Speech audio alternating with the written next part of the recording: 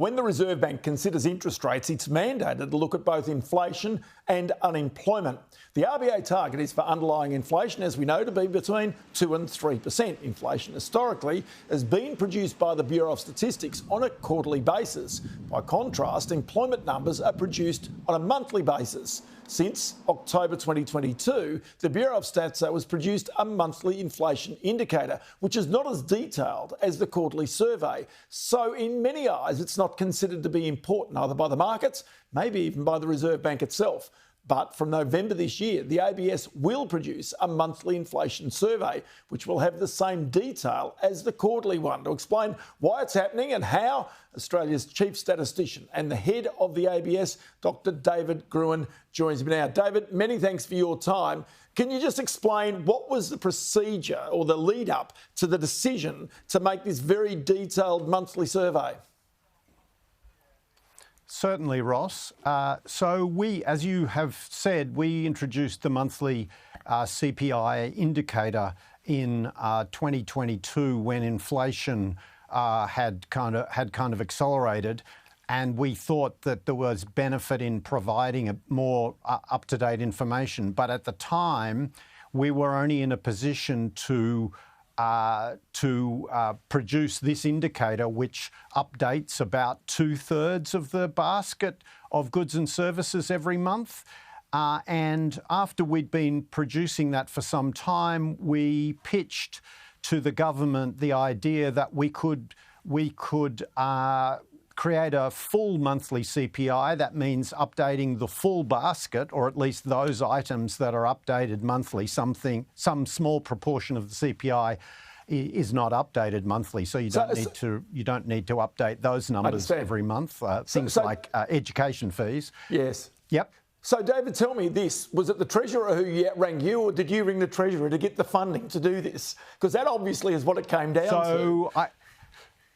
It was a case of us pitching the idea to the government, but it involved not only more up-to-date information, but also upgrading our IT systems. That was the substantial part of the ask.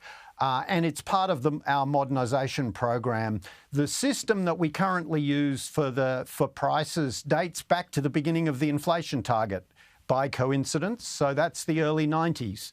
And it's very much end of life, and so we need to move to a modern system, and that has enabled us to create a complete monthly CPI. So it also makes some sense, doesn't it? Because Australia was one of the few countries in the world not to have this comprehensive inflation index on a monthly basis. And it also, therefore, as I said in the introduction, corresponds with the employment numbers, which quite clearly come and give topical information to market participants, to the Reserve Bank, whomever it might be.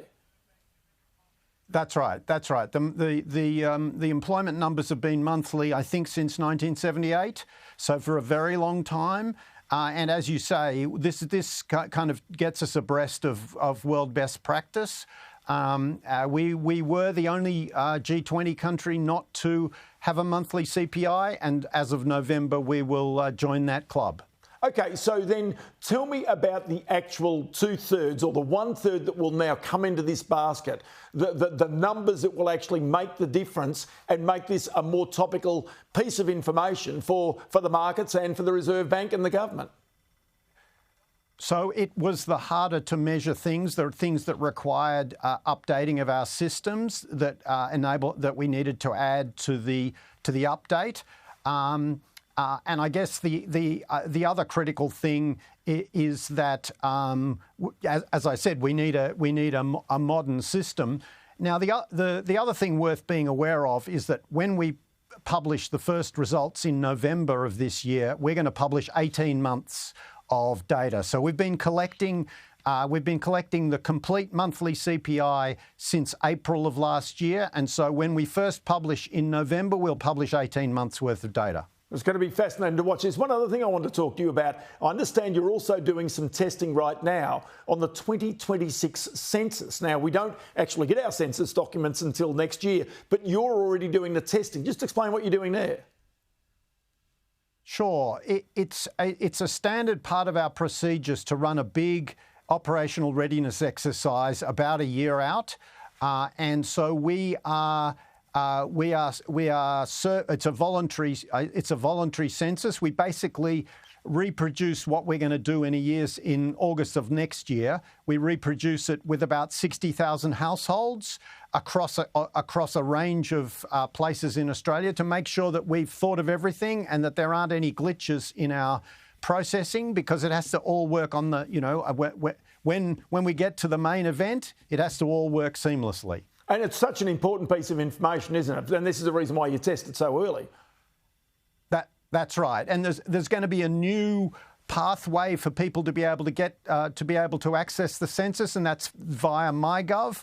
So everybody who's on MyGov will have been given an offer to take part in this test if they want to, and about 20,000 people have signed up to take part in this test via MyGov. Indeed. I'll tell you what, David Gruen, it's always good to chat to you on the program, Chief Statistician and, of course, the boss of the ABS. Many thanks for your time. Thanks, Ross.